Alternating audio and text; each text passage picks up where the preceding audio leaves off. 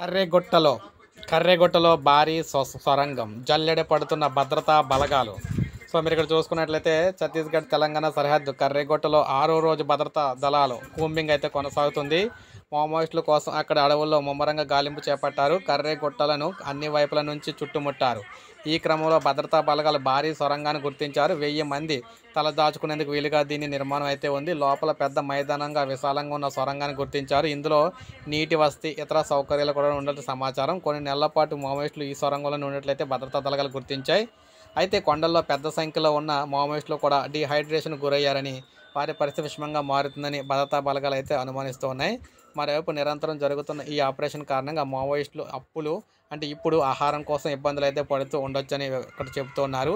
మావోయిస్టులు ప్రస్తుతం దాక్కున్న అన్ని కొండలను కూడా చుట్టుముట్టే వరకు కూడా ఈ ఆపరేషన్ కొనసాగించాలని చెప్పి ప్రభుత్వం భద్రతా బలగాలు అయితే భావించాయన్నమాట. ములుగు జిల్లా వెంకటాపురం సరిహద్దును కేంద్రం చేసుకొని ఛత్తీస్గఢ్లోని కొత్తపల్లి మొదలుకొని భీమరాంపాడు, కస్తూరిపాడు, చిన్న ఒట్లపల్లి, పెద ఒట్లపల్లి, పూజారి, కామ్కేర్, అదేవిధంగా గుంజ పర్తి, నంబి, ఎలిమిడి, నడిపల్లి, నల్గంలో ప్రధానంగా ఆపరేషన్ కొనసాగుతుంది.